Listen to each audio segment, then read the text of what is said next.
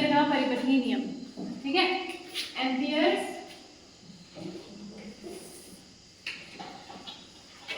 Circuital law.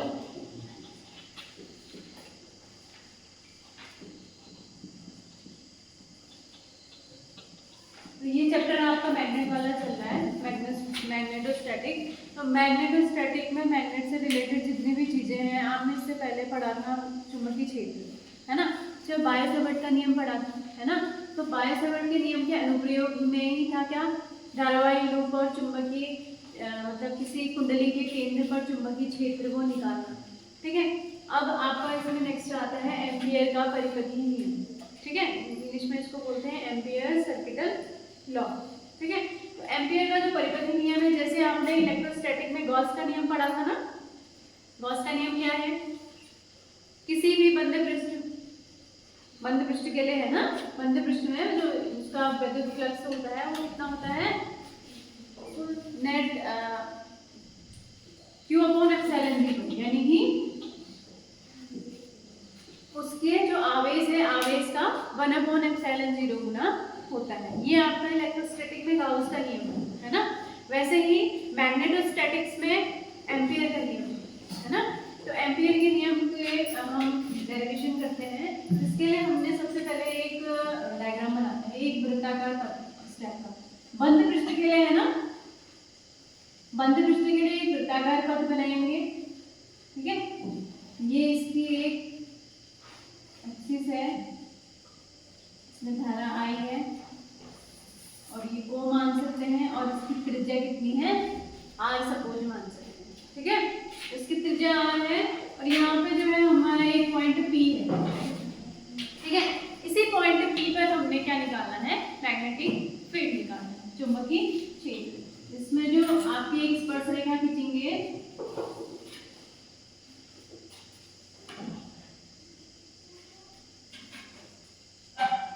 और इसी में जो है चुंबकीय क्षेत्र भी इसी दिशा, चुंबकीय क्षेत्र की दिशा भी क्या होगी, यही होगी, ठीक। तो एम्पियर सर्किटल लॉ हम पढ़ने से पहले इसका स्टेटमेंट जान लेंगे। स्टेटमेंट क्या है, किसी भी वृत्तीय पथ द्वारा घिरी, ठीक है, जो आपका इसका चुंबकीय क्षेत्र है, इसका रेखीय समाकल, ठीक है, इस चुंबकीय क्षेत्र का रेखीय समाकल किसके बराबर होता है, पथ द्वारा घिरी धारा, ठीक है, नेट धारा का μ0 गुना होता है। μ0 है क्या, निर्वात की चुंबकशीलता, ये इसका स्टेटमेंट है। यानी कि हम इसको मैथमेटिकल फॉर्म में लिखेंगे, closed integration B dot dl equals to μ0 I। यही तो बोला मैंने, है ना, कि किसी भी बंद पृष्ठ में जो है, किसी भी पॉइंट पे जो चुंबकीय क्षेत्र है, किसी बिंदु P पर मान लेते हैं चुंबकीय क्षेत्र, उसका रेखीय समाकलन, चुंबकीय क्षेत्र का रेखीय समाकलन हम कहेंगे B डॉट dl, ठीक है। किसके बराबर होता है, उस पथ द्वारा घिरी नेट धारा का, इस पथ द्वारा घिरी नेट धारा, टोटल धारा कितनी है, ठीक है, उसका μ0 गुना होता है। यानी कि μ0 क्या है, निर्वात की चुंबकशीलता, है ना। तो ये इसका स्टेटमेंट है। इसको हम प्रूफ करते हैं। प्रूफ कैसे करते हैं, देखो, प्रूफ करने के लिए हमने क्या लिया, एक वृत्ताकार पथ लिया है जिसकी त्रिज्या क्या है, R, ठीक है, जिसकी त्रिज्या R है। तो वृत्ताकार पथ के कारण जो है, जो चुंबकीय क्षेत्र होगा, किसी भी बिंदु पर चुंबकीय क्षेत्र कितना हो जाएगा, B बराबर μ0 I अपॉन 2π, ठीक है। यानी कि चुंबकीय क्षेत्र इस वृत्ताकार पथ के हर पॉइंट पे जो चुंबकीय क्षेत्र होगा, प्रत्येक बिंदु पर चुंबकीय क्षेत्र कितना होगा, B बराबर μ0 I अपॉन 2πr, इतना, ठीक है। तो अब इसके बाद हम इसका रेखीय समाकलन करेंगे। जो आपका B और dl है ना, B और dl है, दोनों की दिशाएं क्या है, सेम है कि नहीं, सेम डायरेक्शन है। तो B और dl के बीच का कोण कितना होगा, 0, है ना।